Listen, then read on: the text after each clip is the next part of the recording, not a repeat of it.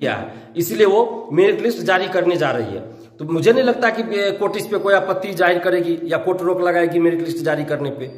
तो वैसे भी कोर्ट जो है, पटना हाई कोर्ट, ऐसा नहीं कहा गया है कि आप एकदम रिजल्ट जारी नहीं कर सकते हैं।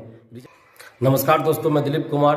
दोस्तों, बीएसएससी प्रथम इंटर स्तरीय बहाली जो 7.5 साल बाद भी अभी तक पूरी नहीं हुई है और अभी इसका मेरिट लिस्ट आना बाकी है, लेकिन बीएसएससी और नीतीश सरकार द्वारा जानबूझकर कोई न कोई बहाना बनाकर इस बहाली को लटकाकर रखने की साजिश रची जा रही है। और आप लोग देख रहे हैं कि न्यू एनसीएल के मुद्दे पे जो पटना हाई कोर्ट में केस चल रहा है, उसको भी एक बहाना बनाकर बीएसएससी मेरिट लिस्ट जारी नहीं कर रही है, जबकि सामान्य प्रशासन विभाग और विधि विभाग द्वारा न्यू एनसीएल के मुद्दे पे दिशा निर्देश दिया जा चुका है बीएसएससी को। तो अब केस का तो कोई मतलब ही नहीं रहता है। जब दिशा निर्देश मिल चुका है सरकार की तरफ से बीएसएससी को, तब तो मेरिट लिस्ट जारी करने में कोई आपत्ति बीएसएससी को नहीं होना चाहिए। और जिन लोगों ने केस किया है, जो पिटिशनर है और जो इंटरवेनर के रूप में केस किया, सब लोगों को अब केस वापस ले लेना चाहिए। और इसके बाद बीएसएससी को भी पटना हाई कोर्ट में ये बोलना चाहिए, इस बात को लिखित रूप में देना चाहिए, हलफनामा दायर करना चाहिए कि दिशा निर्देश उनको सामान्य प्रशासन विभाग और विधि विभाग से मिल गया है, इसलिए वो मेरिट लिस्ट जारी करने जा रही है। तो मुझे नहीं लगता कि कोर्ट इस पे कोई आपत्ति जाहिर करेगी या कोर्ट रोक लगाएगी मेरिट लिस्ट जारी करने पे।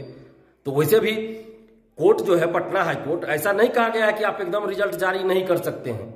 रिजल्ट जारी करने पे कोई रोक नहीं है, लेकिन हाँ, इतना जरूर पटना हाई कोर्ट ने कहा है कि जो भी डिसीजन आएगा वो प्रभावित करेगा रिजल्ट को।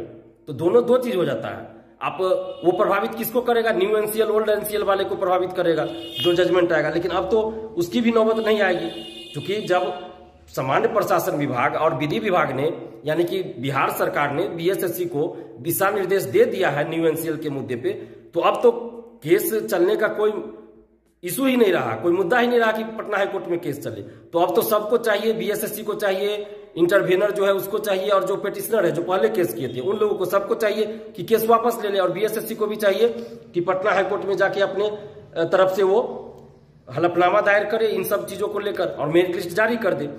तो जितने भी बीएसएससी अभ्यर्थी जो काउंसलिंग करवा चुके हैं, उन लोगों ने मिलकर 25 मार्च को बीएसएससी ऑफिस में आंदोलन करने का तय किया है। और ये 2-3 दिन पहले तय हुआ है और बहुत से परीक्षार्थियों ने, अभ्यर्थियों ने मुझे भी फोन करके बताया और व्हाट्सएप पे मैसेज भी किया कि 25 मार्च को आंदोलन कर रहे हैं, आपका साथ चाहिए। तो हमने कहा कि भाई हम तो साथ हैं आप लोग के हमेशा।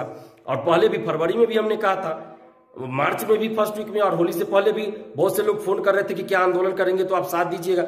हमने उस समय फरवरी में भी कहा था कि आप लोग मेरिट लिस्ट निकलवाने के लिए या कोई और भी मुद्दे पे जो सही मुद्दा हो उस पर आप आंदोलन कीजिएगा, तो हमारा साथ हमेशा रहा है और हमेशा रहेगा।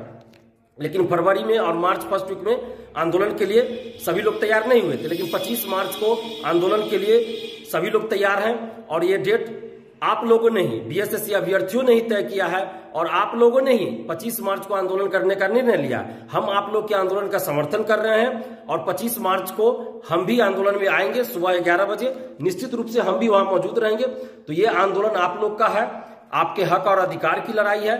अगर आप अभी मेरिट लिस्ट जारी करवाने के लिए बीएसएससी ऑफिस नहीं आते हैं 25 मार्च को, तो फिर यही होगा। 6 अप्रैल को कोर्ट में सुनवाई है, पता नहीं इस बीच में क्या होगा। मान लीजिए कोई फिर से कोई डॉक्यूमेंट्स लगा दिया, या फिर हो सकता है किसी का वकील अब्सेंट हो जाए, या जज साहब ही बीमार पड़ जाए, या कुछ और बात हो जाए, तो फिर एक लंबा डेट दे दिया जाएगा। तो फिर मेरिट लिस्ट जारी नहीं होगा, तारीख पे तारीख चलते रहेगा। तो इसीलिए जब आप लोगों ने डिसाइड कर लिया है कि 25 मार्च को आंदोलन करना है, तो सभी लोग 25 मार्च को बीएसएससी ऑफिस सुबह 11 बजे पहुंचिए।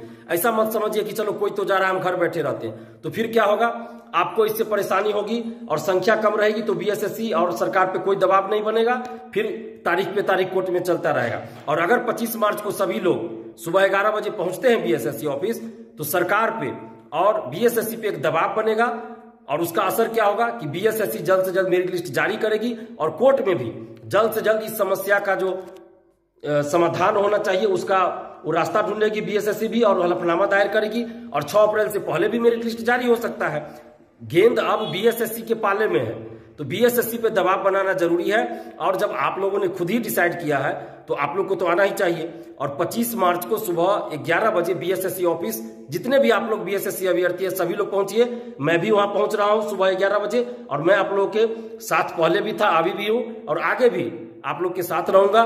कोई भी छात्र हित में जो आंदोलन होता है जो छात्र हित से जुड़ा हुआ आंदोलन रहेगा उसमें दिलीप कुमार पीछे नहीं रहता है। तो आप लोगों ने कहा मुझे आने के लिए, तो मैं निश्चित रूप से आ रहा हूँ 25 मार्च को सुबह 11 बजे। और जो भी आपसी मतभेद आप लोगों में हो उसको भुला दीजिए और एकजुट होकर लड़िए। जिस तरह काउंसलिंग के लिए आप लोग और काउंसलिंग से पहले मेंस परीक्षा के लिए, पीटी रिजल्ट के लिए एकजुट होकर लड़ रहे थे, उसी तरह एक बार फिर से एकजुट होकर लड़िए। और जो भी आपस में विवाद हो किसी बात को लेकर, उन सभी विवादों को आप दरकिनार कर दीजिए और एकजुट होकर लड़िए। और कोई भी आप लोगों को अगर बरगलाने की कोशिश करे, गुमराह करने की कोशिश करे, तो उन लोगों के बहकावे में मत जाइए। और कोई भी ऐसा यूट्यूब चैनल हो जो छात्रों की एकता को तोड़ने का प्रयास करता हो, कोई षड्यंत्र करता हो, साजिश करता हो, तो ऐसे यूट्यूब चैनल का आप लोग बहिष्कार कीजिए, अनसब्सक्राइब कीजिए। क्योंकि मेरे लिए छात्र हित सर्वोपरि है और कोई भी अगर छात्रों के साथ गद्दारी करेगा तो ऐसे लोगों को बर्दाश्त नहीं किया जाएगा। बस आप लोग जितने भी बीएसएससी अभ्यर्थी हैं, आप लोग एकजुट रहिए और एकजुट होकर 25 मार्च को सुबह 11 बजे बीएसएससी ऑफिस आइए। और मेरिट लिस्ट जारी करवाने की मांग को लेकर यह आंदोलन हो रहा है, तो मेरिट लिस्ट की ही बात होगी, सिर्फ और सिर्फ मेरिट लिस्ट की बात होगी। तो आप लोग 25 मार्च को सुबह 11 बजे बीएसएससी ऑफिस निश्चित रूप से आइए और एकजुट होकर आइए। और ये देखिए, यहाँ पे बीएसएससी ऑफिस आकर ऐसा नहीं है कि तोड़फोड़ करना है या कोई हिंसा करना है, हम लोग उपद्रवी तो है नहीं। वहां पे आके शांतिपूर्वक बीएसएससी के सचिव और अध्यक्ष से हम लोग को अपनी मांगों को रखना है, जो आप लोग का डिमांड है उसको रखना है। और बीएसएससी क्या इस पे कर रही है, क्या करना चाहती है, इन सब चीजों पे बीएसएससी से हम लोग जवाब मांगेंगे। तो आप लोग आइए और शांतिपूर्वक 25 मार्च को सुबह 11 बजे निश्चित रूप से पहुंचिए और शांतिपूर्वक आंदोलन करना है, ताकि बीएसएससी मेरिट लिस्ट जल्द से जल्द जारी करे। और आप भी देख रहे हैं कि बीएसएससी का इतिहास है कि जब भी आप लोग आंदोलन करते हैं तभी कुछ आगे, इस बहाली में कुछ आगे प्रक्रिया होती है। तो अभी मेरिट लिस्ट जारी करवाने के लिए भी आंदोलन करना ही होगा। और जहां तक न्यू एनसीएल, ओल्ड एनसीएल की बात है, तो मैं किसी के विरोध में नहीं हूं। मैं तो कह रहा हूं कि old NCL, new NCL, old caste certificate, new caste certificate, old new computer दक्षता, टाइपिंग दक्षता सर्टिफिकेट सबको मान्य कर दे बीएसएससी, क्योंकि ये बहाली 7.5 साल पहले की है। तो मैं किसी का विरोधी नहीं हूं। छात्र हित में जो भी आंदोलन होगा मैं उसका समर्थन करता हूं और आगे भी करूंगा।